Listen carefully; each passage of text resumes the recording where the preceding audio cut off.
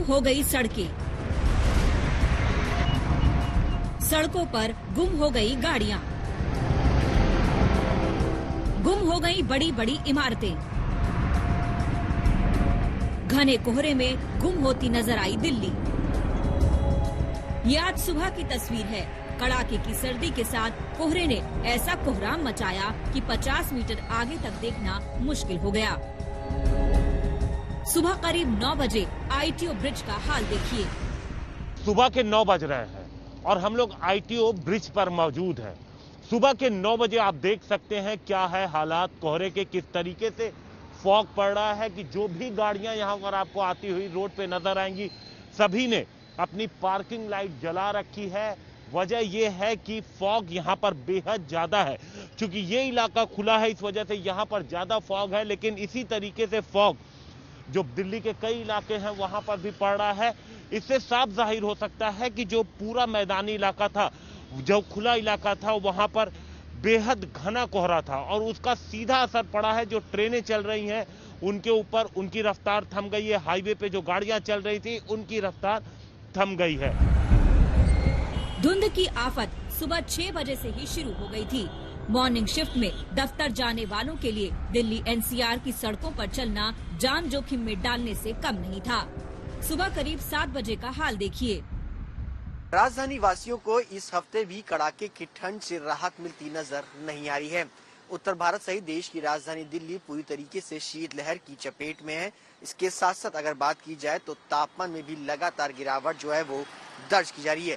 जो कोहरे की घनी चादर है उससे पूरी तरीके से दिल्ली जो है वो लिपटी हुई है। आईटीओ पर हम मौजूद है। आप देख सकते हैं कि किस तरीके से तमाम आसपास की जो तमाम बड़ी बिल्डिंग्स हैं वो पूरी तरीके से कोहरे की चादर में इस वक्त जो है वो लिपटी हुई हैं। आईटीओ की, चाहे वो विकास मीनार की बिल्डिंग हो या फिर बात करें दिल्ली सचिवालय की, जो कि आप देख सकते हैं कि किस तरीके से पूरी तरीके से कोहरे की चादर में इस वक्त जो है वो लिपटा हुआ है। विजिबिलिटी की अगर बात की जाए तो सुबह के वक्त 200 मीटर विजिबिलिटी जो है वो फिलहाल जो है वो दर्ज की गई है। आज सुबह दिल्ली के 5 इलाकों की तस्वीर पर नजर डालिए।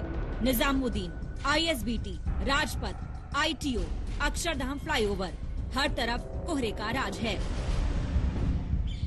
सुबह के 7-8 बजे जब आम दिनों में सड़कों पर सूरज की अच्छी खासी रोशनी होती है, वहीं अब वाहन चालकों के लिए कुछ भी देख पाना मुश्किल हो रहा है।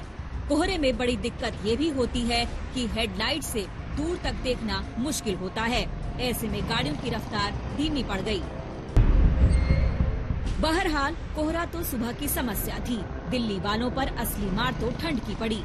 पिछले कुछ दिनों से जारी शीतलहर राजधानी और आसपास के इलाकों में न्यूनतम तापमान 5 डिग्री के आसपास चल रहा था।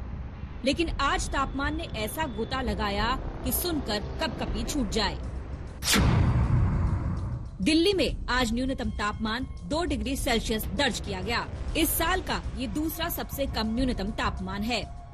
1 जनवरी को दिल्ली में पारा 1.1 डिग्री सेल्सियस पर पहुंच गया था।